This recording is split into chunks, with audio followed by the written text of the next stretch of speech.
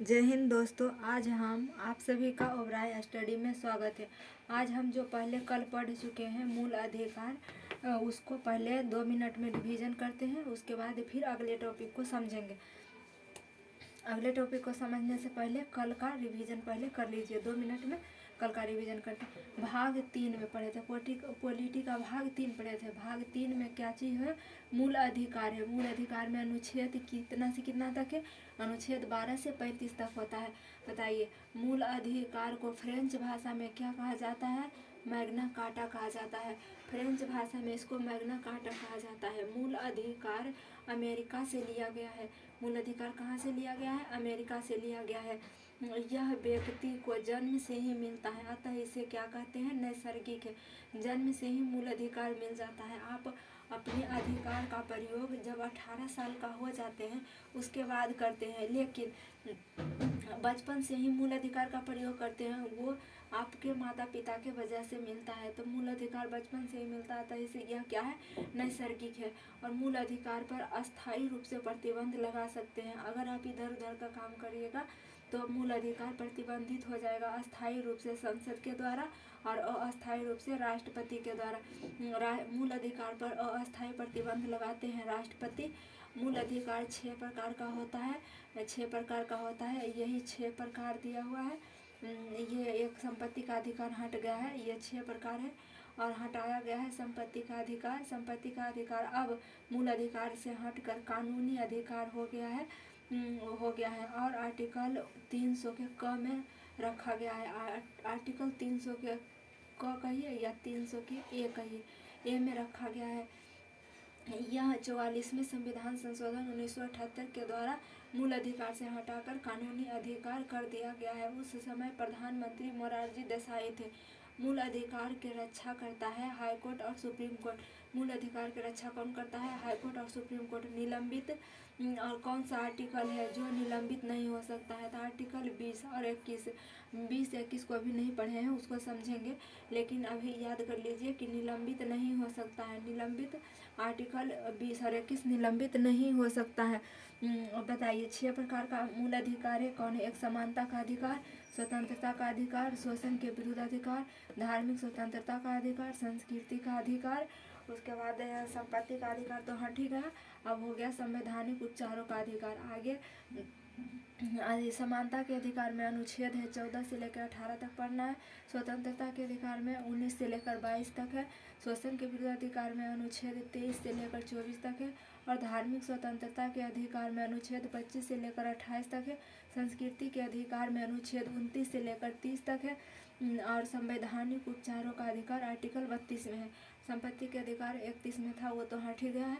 तो 12 में मूल अधिकार से ज़्यादा इम्पोर्टेंट है अनुच्छेद 12 में है राज्य की परिभाषा। राज्य कहे तो स्टेट की परिभाषा किस में है? स्टेट की परिभाषा अनुच्छेद 12 में है। अनुच्छेद 12 में स्टेट की परिभाषा है। जैसे देखिए, स्टेट कौन है? अपने आप प्रधान से लेकर प्रधानमंत्री तक, नीचे का लेवल के नौकरी से लेकर ऊपर सचिव तक सभी अपने आप में क्या है? स्टेट। अपना डिसीजन खुद लेता है, उसे स्टेट कहा जाता है। यूपीएससी क्या है? स्टेट है। बीपीएससी क्या है? अपने आप में स्टेट है। आरबीआई अपने आप में स्टेट है। रेलवे अपने आप में स्टेट है। रेलवे का अपना एग्जाम होता है, अपनी वैकेंसी निकालता है, उसका अपना कोर्ट होता है, इसलिए वो सब क्या है? अपने आप में एक स्टेट है। अनुच्छेद 13 में क्या है? अल्पीकरण। क्या चीज़ था? अल्पीकरण। अल्पीकरण क्या चीज़ बताए थे? अगर हम अपने अधिकार को प्रयोग करते हैं तो दूसरे का अधिकार का हनन नहीं होना चाहिए, यही आर्टिकल 13 में दिया हुआ है। अगर हम दूसरे को अधिकार के हनन करते हैं तो हमारे अधिकार को निर्बंधन किया जाएगा, मतलब प्रतिबंध लगाया जा सकता है, हमारे अधिकार को सीमित किया जा सकता है, उसे ही क्या कहते हैं? अल्पीकरण कहते हैं। अनुच्छेद 14 में क्या चीज पढ़े थे? विधि के समक्ष समानता। विधि के समक्ष समानता ब्रिटेन से लिया गया है और विधि के समान संरक्षण अमेरिका से लिया गया है। एग्जाम में पूछेगा कि विधि के समक्ष समानता कहाँ से लिया गया? तो ब्रिटेन से लिया गया है। और विधि के समान संरक्षण अमेरिका से लिया गया है। अनुच्छेद 15 में है जाति और धर्म, लिंग या जन्म या किसी के जन्म स्थान के आधार पर आप किसी के भेदभाव नहीं कर सकते हैं, किसी का भेदभाव नहीं कर सकते हैं। अनुच्छेद 16 में था लोक नियोजन, लोक मतलब होता है सरकारी, नियोजन मतलब नौकरी। तो सरकारी नौकरी में समानता, सरकार के द्वारा सभी को आरक्षण दिया गया है। सरकारी नौकरी, अगर आप सरकारी नौकरी में भेदभाव नहीं कर सकते हैं, लेकिन अगर कोई जाति या धर्म अगर पिछड़ा हुआ है, अगर कोई पिछड़ा हुआ है तो उसको आप बढ़ावा दे सकते हैं, मतलब उसको पॉजिटिव डिस्क्रिमिनेशन कर सकते हैं, लेकिन भेदभाव नहीं कर सकते हैं। और आर्टिकल 17 में क्या था, अस्पृश्यता का अंत यानी छुआछूत का अंत था, छुआछूत के अंत। आर्टिकल 19 में क्या चीज पढ़े थे, उपाधियों का अंत, उपाधि के अंत है, आप किसी भी उपाधि को बिना राष्ट्रपति से पूछे नहीं रख सकते। विदेशी उपाधि को राष्ट्रपति की अनुमति के बिना नहीं रख सकते हैं, लेकिन यहाँ भी कोई उपाधि जैसे पहले दिया जाता था महात्मा गांधी जी को या ये टैगोर जी का नाइटहुड की उपाधि, सार्जेंट की उपाधि, ये सब उपाधि को समाप्त कर दिया गया है। और शिक्षा के क्षेत्र में अगर उपाधि है तो उसको आप रख सकते हैं। सुरक्षा के क्षेत्र में जैसे जनरल, कर्नल, इस सब का उपाधि आप रख सकते हैं। शिक्षा के क्षेत्र में जैसे डॉक्टर ये सब की उपाधि आप लगा सकते हैं। आगे में ये डॉक्टर की उपाधि हो गया, ये सब उपाधि लगा सकते हैं। जैसे भारत रत्न किसी को मिला है तो कह सकते हैं भारत रत्न विजेता सचिन तेंदुलकर, इस तरह से उपाधि लगा के बोल सकते हैं, लेकिन ऐसे उपाधि का समाप्त हो गया। तो देखिए असमानता हम लोग पढ़ चुके थे, समानता का अधिकार है ना आर्टिकल 14 से लेकर 18 तक। तो ये सभी किस चीज़ में आता था, यहाँ से लेके यहाँ तक ये समानता का अधिकार हम लोग पढ़ चुके हैं, समानता का अधिकार पढ़ चुके हैं। अब पढ़ेंगे स्वतंत्रता का अधिकार। स्वतंत्रता का अधिकार पढ़ेंगे अनुच्छेद 19 से लेकर 22 तक, अनुच्छेद 19 से लेकर 22 तक पढ़ेंगे स्वतंत्रता का अधिकार, स्वतंत्रता के अधिकार को पढ़ेंगे। इस तरह से देखिए हमारा शेड्यूल क्या है, अभी ये आज पॉलिटी का क्लास से पहले इसको रिवीजन करवा दिए, फिर आगे को पॉलिटी समझाएंगे, उसके बाद एक हिस्ट्री के क्लास करवाएंगे। और हिस्ट्री जो भी क्लास होता है, 2 क्लास होता है, एक पॉलिटी होता है और एक हिस्ट्री होता है। जो भी क्लास होता है उसके बाद उसका पहले अगले दिन सबसे पहले उसको पूरा रिवीजन किया जाता है और उसके बाद आगे का क्लास समझाया जाता है। तो अगर आप क्लास में आते हैं तो डेली पहले जितना पढ़ाया जाता है उसको याद करवाया जाता है, उसके बाद फिर उसको कल होने पर पहले उसका रिवीजन करवाया जाता है, उसके बाद फिर रिवीजन के बाद फिर अगले कंसेप्ट को समझाया जाता है। पर डे इसी तरह से होता है। आज पहले ये कल जो पढ़ाए उसको पूरा रिवीजन करवा दिए, फिर इसको कल आज पढ़ाएंगे उसको कल, पहले रिवीजन कराएंगे, क्वेश्चन पूछेंगे, उसके बाद आगे का टॉपिक का स्टार्ट करेंगे। और नहीं तो आप अगर नहीं तो ये 2 क्लास होता है, एक हिस्ट्री का और एक पॉलिटी का। उसके बाद उसका और 2 छोटा वीडियो रहता है, उसी का रिवीजन रहता है। कल होकर उसको 2 या 3 मिनट में आप जो भी आधा घंटा में पढ़ें उसको 2 से 3 मिनट में रिवीजन कर लीजिए। 2 से 3 मिनट का वीडियो रहता है, 3 से 4 मिनट का, उसको आप देख लीजिएगा एक बार, तो आधा घंटा के क्लास आपका 3 से 4 मिनट में रिवीजन हो जाएगा। इस व्यू से हम उस वीडियो को डालते हैं यूट्यूब पे। तो चलिए, और जो भी आपको पढ़ने में या समझने में जहाँ भी जो चीज़ तकलीफ होता है या कोई भी डाउट है या कोई सुझाव देना चाहते तो आप उसको कमेंट बॉक्स में ज़रूर बताइएगा। तो आज हम लोग क्या चीज़ पढ़ेंगे, स्वतंत्रता का अधिकार पढ़ेंगे। अनुच्छेद 19 से लेकर 22 तक है। अनुच्छेद कहाँ से 19 से लेकर 22 तक है। तो चलिए हम लोग आज पढ़ते हैं स्वतंत्रता का अधिकार। 6 प्रकार का अधिकार है, इसमें पहला पढ़ चुके हैं समानता का अधिकार, और आज पढ़ेंगे स्वतंत्रता का अधिकार।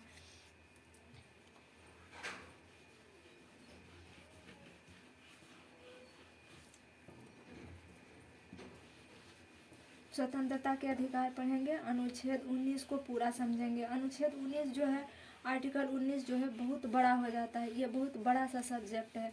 अनुच्छेद 19 आर्टिकल 19 जो है बहुत बड़ा सा शब्द हो जाता है, इसलिए थोड़ा धैर्य बनाकर रहिएगा।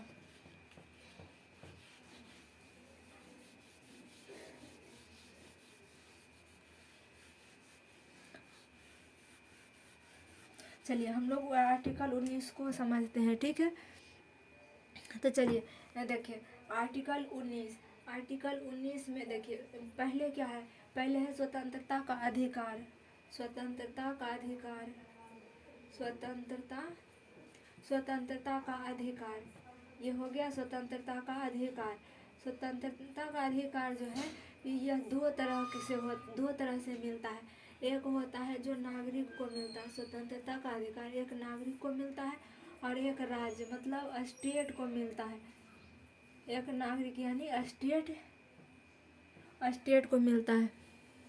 दो तरह के हो गया, एक और ये नागरिक को मिलता है अनुच्छेद 19 के 1 के तहत, और स्टेट को मिलता है आर्टिकल 19 के 2 के तहत।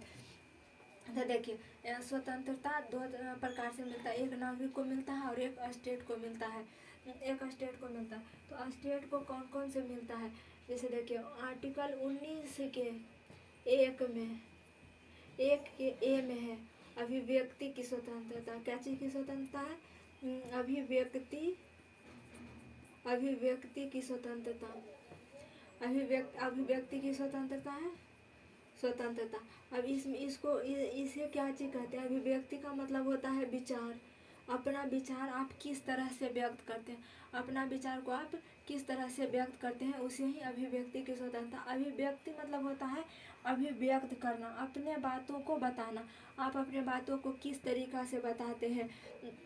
जैसे हो गया आप अपने बातों को बोल कर बताते हैं, या लिख कर बताते हैं, लिख कर बताते हैं, या सांकेतिक रूप से बताते हैं। किसी भी तरह से आप अपनी बातों को रख सकते हैं, सांकेतिक रूप से भी अपनी बातों को रख सकते हैं, या यदि बोल के यानी किसी को बोल, अगर आप लोग से संकेतिक के बारे में पूछे तो तुरंत बतला दीजिएगा। जिस तरह से बचपन में कोई मुंह दूस के भाग गए, उसको पीछे पीछे आप मारने के लिए जाते थे, तो वो क्या हुआ, आपने संकेत किया, जैसे ही संकेत किया उस आदमी समझ गया, उसके बाद आपको एकदम पीछे लग गया आपको मारने के लिए।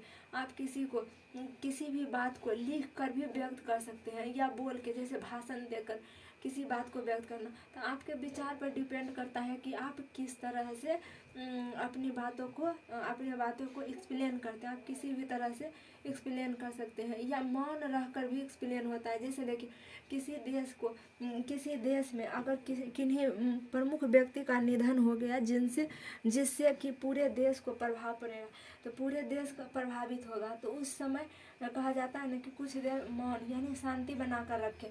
तो शांति इसलिए बनाया जाता है ताकि वो एक सांकेतिक रूप से एक मौन इसलिए रहा जाता है ताकि उन पर कुछ प्रभाव पड़े। तो अभिव्यक्ति की स्वतंत्रता समझ गए। अभिव्यक्ति की स्वतंत्रता आप बोल कर भी अभिव्यक्त कर सकते हैं, लिख कर भी, या सांकेतिक रूप से, या मौन रह कर भी अभिव्यक्त कर सकते हैं। तो इसीलिए अभिव्यक्ति, और ये अभिव्यक्ति की ही स्वतंत्रता है जिसके पास, इसी के सहारे आप ये पुतला भी जलाते हैं, किसी का पुतला जलाते हैं आप अभिव्यक्ति की स्वतंत्रता से। ये जो स्वतंत्रता का अधिकार है दो प्रकार के होता है, एक नागरिक को दिया जाता है, एक राज्य को दिया जाता है। इसे जो है संविधान का आर्टिकल 19 को संविधान के रीढ़ कहा जाता है। संविधान, रीढ़ की हड्डी जो पीठ में होती है ना, वो जिसके सहारे आप खड़ा रहते हैं, उसे ही रीढ़ कहा जाता है। तो संविधान का रीढ़ कहा जाता है, संविधान के रीढ़ कहा जाता है आर्टिकल 19 को। आर्टिकल 19 को संविधान के रीढ़ कहा जाता है। तो चलिए इस संविधान का रीढ़ हो गया आर्टिकल 19 के एक। इस आर्टिकल में 6 प्रकार का प्रावधान है। इस आर्टिकल में कितने प्रकार का प्रावधान है? 6 प्रकार का प्रावधान है। तो पहला ये हो गया आर्टिकल 19 के 1 का ए हो गया, 1 का ए। अब इसी तरह से हो जाएगा आर्टिकल ये पुतला जलाने की स्वतंत्रता, या झंडा, आप किसी को आप झंडा के द्वारा संकेत करके आप किसी चीज़ को दर्शा सकते हैं। झंडा लहराने की स्वतंत्रता हो गया। आरटीआई की स्वतंत्रता है। आरटीआई मतलब सूचना का अधिकार, राइट टू इन्फॉर्मेशन की स्वतंत्रता। आपको स्वतंत्रता है आपको, राइट टू इन्फॉर्मेशन की स्वतंत्रता है, यानी सूचना का अधिकार। क्या चीज होगा? सूचना का अधिकार है आपको, सूचना का अधिकार, सूचना का अधिकार। इसी का न प्रयोग करके मीडिया वाला कहता है हमें प्रेस की स्वतंत्रता है, हमें प्रेस की स्वतंत्रता है, तुम हमको रोकोगे। इसी आर्टिकल के प्रयोग करके वो किसी से लड़ लेता है। तो ये हो गया, ये हो गया आर्टिकल ए, आर्टिकल 19 के 1 के ए हो गया। इसी तरह से यह जी तक होता है, आर्टिकल जी तक होता है। जैसे ए हो गया ना, उसी तरह से हर एक चीज़ में हर एक बात कहा गया। उसी तरह से आर्टिकल 19 के 1 के बी होता है। देखिए जब संविधान में ABCD लग जाता है ना, तो ये समझिए कि वो संविधान संशोधन के द्वारा जोड़ा गया है। अब किसी बच्चा को ये पता नहीं होगा कि संविधान संशोधन क्या होता है।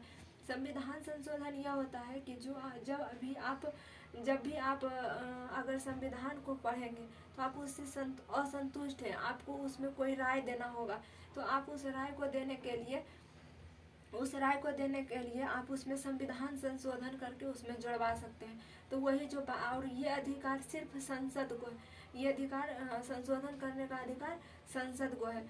तो वही जो भी अनुच्छेद में, जो भी आर्टिकल में ABCD जुड़ गया, 1 2 3 जुड़ गए, समझ जाइए वो संशोधन करके जोड़ा गया है। तो इसी तरह से ये जो आर्टिकल 19 है, 19 के 6 प्रावधान इसमें दिया हुआ है। 6 प्रावधान, पहले 7 था वही संपत्ति का अधिकार जो जिसे हटाया गया। पहले 7 था संपत्ति का अधिकार जिसे हटा दिया गया है। तो चलिए एक एक कर समझते हैं। तो ये तो 19 के 1 हो गया, इसमें 19 के 1 ये सभी में आएगा, ये सभी में आएगा। तो हम लोग ABCD पर ध्यान देंगे। इसको आप क ख ग घ भी लिख सकते हैं, ABCD को आप क ख ग घ भी लिख सकते हैं। तो चलिए हम लोग इसको, ये कॉमन है तो बार बार इसको ना लिख कर सिर्फ ABCD लिखते जाएंगे, ठीक है। तो ये बी में क्या चीज़ है, बी में है चारों तरफ मतलब आप बिना हथियार के, यानी शांतिपूर्ण। देखिए पहले समझ लीजिए उसके बाद लिखते हैं। बी में है कि आप बिना हथियार के यानी शांतिपूर्ण आप पूरे भारत के चारों तरफ भ्रमण कर सकते हैं। क्या, पूरे भारत के चारों तरफ भ्रमण कर सकते हैं बिना स्वतंत्रता बिना रोक टोक के, शांतिपूर्ण से आप चारों तरफ भारत में घूम सकते हैं। पहला और बी में है आप सभा बना सकते हैं, बिना हथियार के आप सभा बना सकते हैं। सभा बनाने का मतलब आप बिना हथियार के सभा बना सकते हैं, जुलूस निकाल सकते हैं, शांतिपूर्ण। देखिए यहाँ पे शांतिपूर्ण आप बिना हथियार के, शांतिपूर्ण बिना हथियार के, शांतिपूर्ण यानी बिना हथियार के आप सभा लगा सकते हैं, बिना हथियार के आप सभा लगा सकते हैं। आर्टिकल 19 के 1 के बी में है, बी हो गया। सी में है कि आप पूरे भारत के किसी भी क्षेत्र में बस सकते हैं, नहीं, पहले है कि शांतिपूर्ण आप बिना हथियार के सभा लगा सकते हैं। दूसरा में है संगठन बनाने की स्वतंत्रता। आपको क्या चीज़ की स्वतंत्रता दिया गया है, संगठन बनाने की स्वतंत्रता। आप संगठन बना सकते हैं, जैसे महिला संगठन हो गया, पुरुष संगठन तो नहीं है लेकिन महिला संगठन है, आप किसी भी तरह के संगठन बना सकते हैं। तो सी में क्या है, संगठन बनाने की स्वतंत्रता।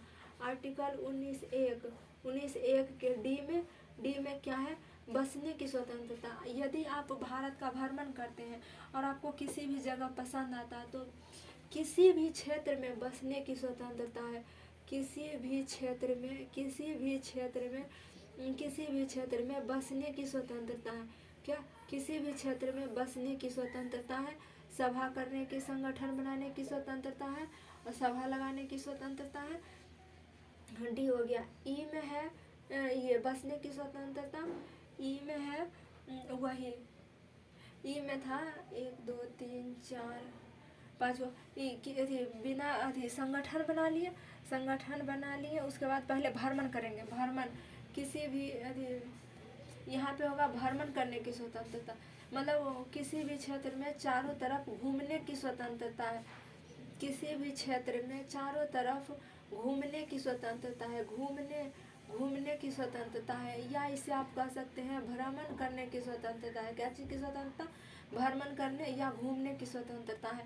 और आर्टिकल कितना होगा? ABCD और ई के बाद ई में हो जाएगा, इसमें भ्रमण करने की स्वतंत्रता है। पहला में हो गया सभा करने की स्वतंत्रता, दूसरा में संगठन बनाने की, तीसरा में संगठन बनाने की। चलिए शुरू से एक बार पहले रिवीजन करते हैं, यहाँ तक नहीं तो पहले देख लीजिए। ई में होता है भ्रमण करने की स्वतंत्रता, उसके बाद है किसी भी क्षेत्र में बसने की स्वतंत्रता, आपको जो जगह पसंद आया उसमें बसने की स्वतंत्रता, बसने की स्वतंत्रता। और एफ में है, एफ में पहले था ये संपत्ति खरीदने की स्वतंत्रता, संपत्ति लेने की स्वतंत्रता, अच्छा स्वतंत्रता बार बार लिख रहे, संपत्ति की स्वतंत्रता। तो इसको तो 44वां संविधान संशोधन के द्वारा 1978 में हटा दिया गया। कि ये उस समय प्रधानमंत्री थे मोरारजी देसाई उस समय कौन थे? प्रधानमंत्री थे। तो अब तो ये तो अब समाप्त हो गया, अब होता है जी। तो आप यहाँ पे इसको लिखिए या ध्यान में रख लीजिए। आर्टिकल 19 यहाँ पे जी हो गया, संपत्ति के अधिकार समाप्त हो गया। अब लास्ट में था संवैधानिक उपचारों का अधिकार, संवैधानिक उपचारों का अधिकार, संवैधानिक उपचारों का अधिकार, संवैधानिक उपचारों का अधिकार। तो देखिए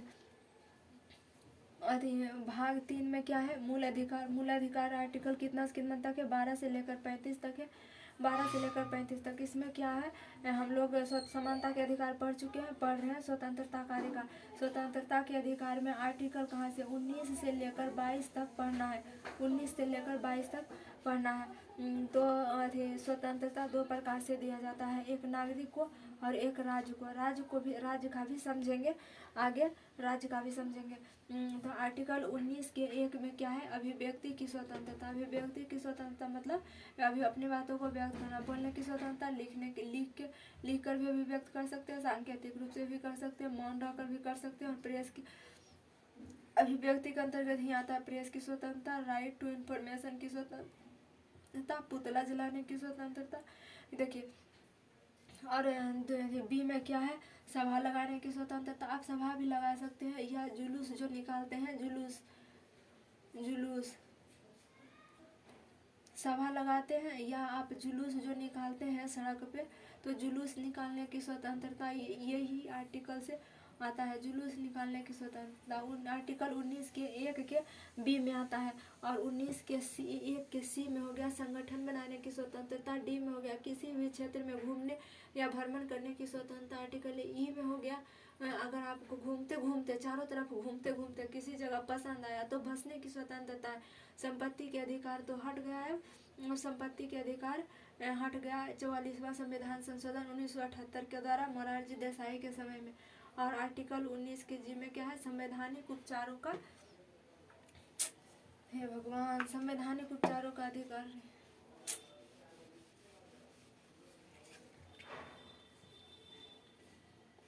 यहाँ पे सॉरी यहाँ पे है व्यवसाय करने की स्वतंत्रता। हमको ये ध्यान में रह गया, मूल अधिकार में जो लिखे थे ना लास्ट में संपत्ति, वही ध्यान में रह गया, सॉरी।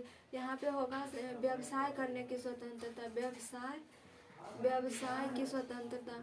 व्यवसाय की स्वतंत्रता मतलब आप कोई भी व्यवसाय अपनी इच्छा से कर सकते हैं। तो बताइए 1 नंबर में अभिव्यक्ति की स्वतंत्रता है। अभिव्यक्ति यानी भाषण देते मान लीजिए भाषण देते आप एक सभा बना लिए, भाषण देते आप एक सभा बना लिए, सभा बनाए आप, सभा 2 4 10 के सामने सभा बना लिए। और उसके बाद वही सभा से संगठन बन गया, धीरे धीरे क्या बन गया? संगठन। और आप चारों तरफ घूम सकते हैं, भारत के किसी भी क्षेत्र में चारों तरफ आप घूम सकते हैं या भ्रमण कर सकते हैं, भ्रमण कर सकते हैं। और उसके बाद भ्रमण करते करते आपको जो जगह पसंद आया उसमें आप बस भी सकते हैं। बस गए तो संपत्ति तो खरीदते थे, लेकिन अब संपत्ति के अधिकार हटा के दिया गया। देखिए इसका कहानी सुनिए, संपत्ति के अधिकार क्यों हटाया गया। क्योंकि ना जब सरकार को बहुत प्रॉब्लम होता था, संपत्ति के अधिकार था मूल अधिकार में, तो क्योंकि इसका रक्षक हाई कोर्ट और सुप्रीम कोर्ट है। और ये जो संपत्ति का अधिकार है, जब भी सरकार विकास का काम करती थी, तो अगर सरकार को फैक्ट्री लगाना है या सड़क बनाना है या रेलवे लाइन बिछाना, तो कोई भी किसान अपना ज़मीन देने को तैयार नहीं होता था। इसलिए ज़मीन देने के लिए तैयार नहीं होता था और विकास में बाधा आ जाती थी। तो विकास में बाधा आ जाने के कारण इसे संपत्ति के अधिकार को हटाकर, संपत्ति के अधिकार को मूल अधिकार से हटाकर कानूनी अधिकार कर दिया गया है। 300 के ए में रखा गया है, कानूनी अधिकार इसे कर दिया गया, क्योंकि ये देश के विकास में बाधा डालती थी, इसीलिए इसको हटाकर कानूनी अधिकार बना दिया गया है। अब इसके लिए आप डायरेक्ट हाई कोर्ट या सुप्रीम कोर्ट नहीं जा सकते। ऐसे पहले मूल अधिकार को हनन होता था, तो उसके लिए आप हाई कोर्ट या सुप्रीम कोर्ट डायरेक्ट जाकर लड़ सकते थे केस, अब नहीं लड़ सकते। तो देखिए, और जी में क्या चीज़ है, व्यवसाय करने की स्वतंत्रता। पहला में अभिव्यक्ति की स्वतंत्रता, दूसरा में शांतिपूर्ण सभा करने की स्वतंत्रता। देखिए पहला में अभिव्यक्ति किए, फिर आप सभा बना लिए, उसके बाद सभा से क्या बन गया, संगठन बन गया। संगठन बना के चल दिए भ्रमण के लिए, चारों ओर भारत के भ्रमण किए। जिस जगह आपको पसंद आ गया वहाँ बस गए, जिस जगह आपको पसंद आया उस जगह पे बस गए। और उसके बाद संपत्ति के अधिकार तो समाप्त ही हो गया। उसके बाद आप जहाँ भी बसे हैं वहाँ व्यवसाय करेंगे कि नहीं करेंगे, व्यवसाय भी करेंगे, संपत्ति भी खरीदेंगे, व्यवसाय भी करेंगे। तो चलिए, व्यवसाय करने की स्वतंत्रता आर्टिकल 19 के ए में है। अब देखिए, ये तो स्वतंत्रता दिया गया है, इसे भारत के संविधान, भारतीय संविधान का रीढ़ कहा गया है आर्टिकल 19 को। आर्टिकल 19 को भारतीय संविधान के रीढ़ कहा गया है, लेकिन इस अधिकार को सीमित भी किया गया है। कैसे सीमित किया गया है उसको समझिए। अगर आपको घूमने की, जैसे मान लीजिए कि अगर आपको घूमने की स्वतंत्रता है, तो आप घूम रहे हैं सड़क पे घूम रहे हैं और लहरिया काट मार रहे हैं, तो किसी को धक्का लग जाएगा, जाके किसी में ठोक दिए, या आप चक्का जाम किए हैं। उसके बाद वहाँ से अगर जो भी गाड़ी जाएगा, तो उसको, जो भी गाड़ी जा रहा है उसका मूल अधिकार के हनन होगा कि नहीं होगा। तो यदि आप किसी के मूल अधिकार को हनन करते हैं, आप अपने मूल अधिकार के प्रयोग करके किसी के मूल अधिकार को हनन करते हैं, तो उस पर कानून, संविधान हमारा निर्विरंधन लगाते हैं। निर्बंधन को सिंपल भाषा में कहते हैं प्रतिबंध। सरकार प्रतिबंध लगाता है। तो जिस तरह से ये दिया हुआ है ना, ये जो स्वतंत्रता का अधिकार है, ये जानते हैं क्या है, यह सह संबंधित है। कैसा अधिकार है, सह संबंधित मतलब एक से दूसरे में संबंधित है। ये अकेला नहीं है, एक दूसरे से संबंध रखता है। जैसे अगर हम बेंच पे पढ़ रहे हैं और बेंच पे पढ़ के अपना हाथ दोनों तरफ फैला रहे हैं, तो जो भी अगल बगल में बच्चा बैठा हुआ है उसका अधिकार का हनन होगा। हम पूरे स्वतंत्रता के प्रयोग कर रहे हैं, हम अपने पूरे स्वतंत्रता, पूरा अधिकार के प्रयोग कर रहे हैं, तो लेकिन उसका स्वतंत्रता पर प्रभाव पड़ेगा। तो इसीलिए यह मूल अधिकार, हम ज़्यादा ही मूल अधिकार के प्रयोग करेंगे तो दूसरे को प्रॉब्लम होगा। इसलिए इसे क्या चीज कहते हैं, इसे कहते हैं सह संबंधित है, एक दूसरे से संबंधित है।